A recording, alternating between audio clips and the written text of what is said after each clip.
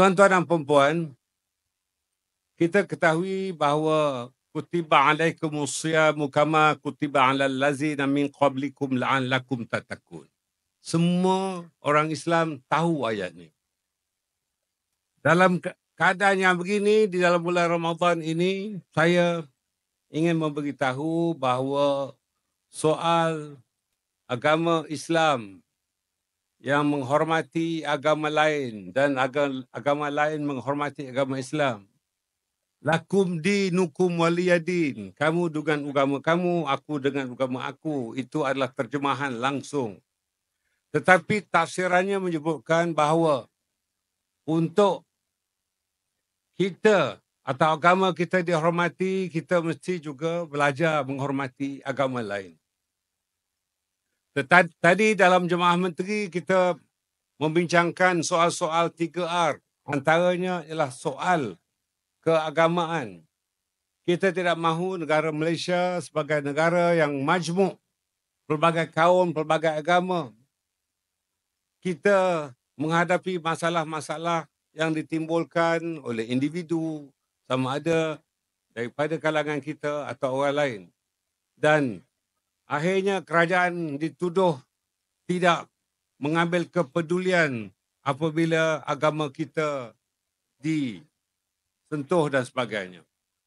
Dalam keadaan ini, saya memikirkan bahawa sebagai negara bermasyarakat majmuk dengan kepelbagaian ini, saya menyeru bahawa soal-soal yang timbul antara agama ini hendaklah diselesaikan dengan secepat mungkin dan kefahaman antara agama mesti diwujudkan. Kita tidak mahu menghadapi permasalahan seperti di beberapa negara yang menghadapi masalah kerana masalah-masalah kecil antara pelbagai agama.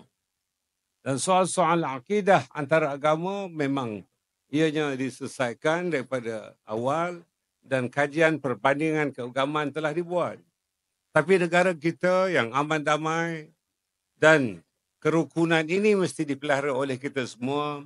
Saya mengingatkan diri saya dan kita semua supaya perkara-perkara yang melibatkan keagamaan ini bukan saja tidak boleh disentuh, begitu juga perselisihan di kalangan kita, ya, jika ada mesti diketepikan.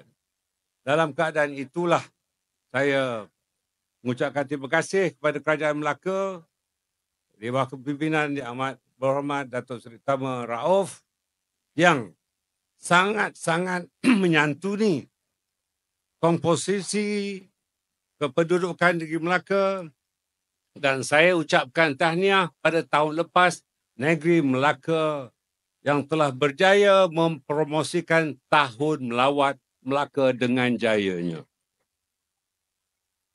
Tahun ini Melaka akan menjadi tuan rumah menteri-menteri pelancongan seluruh dunia. Tahun hadapan Tahun Melawat Malaysia. Artinya negeri Melaka 3 tahun berturut-turut memang menjadi tuan rumah dan destinasi pelancongan utama di negara kita ini, alhamdulillah.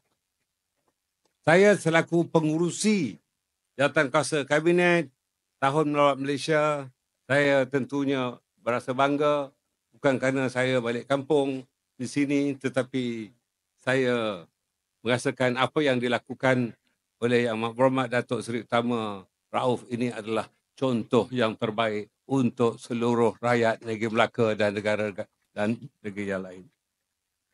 Itu saja yang dapat saya sampaikan. Saya ucapkan terima kasih atas kehadiran yang begini ramai, terutamanya pelajar-pelajar anak yatim, asnaf, pelajar-pelajar Mak Tafiz.